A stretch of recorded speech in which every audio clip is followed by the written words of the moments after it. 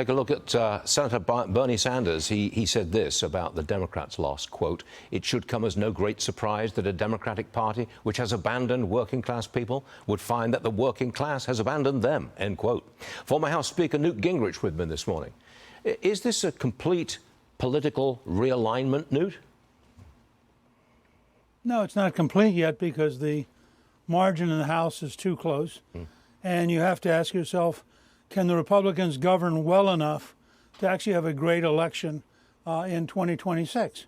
Because historically, the White House party loses ground, and they haven't got any ground to lose in the House. So this is the beginning of an enormous alignment, which really goes back 9 years to Donald Trump coming down that long escalator at Trump Tower and announcing for president.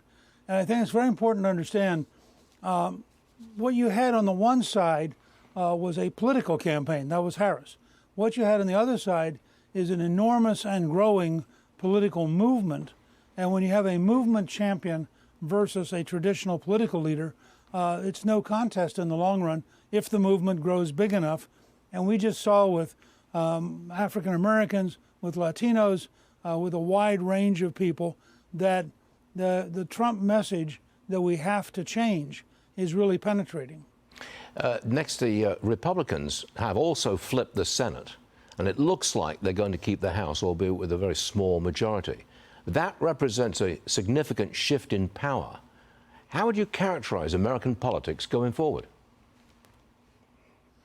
Well, I think that we have seen a profound revolution in that most of the never-Trumpers were members of the Bush team or the Bush administration, for whom this really is a profound revolution. You have a president who is much more populist. You have a president who is committed to caution in foreign policy.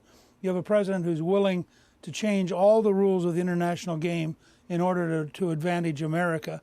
And those are very profound breaks from what had been sort of the governing establishment of the last half century. And I think that's irreversible.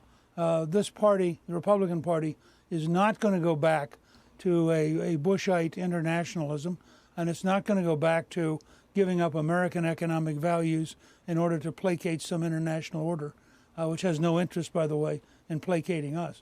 So I think in that sense, this was a more revolutionary election than 2016.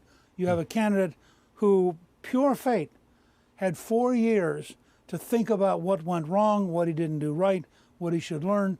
He's now a much more formidable figure.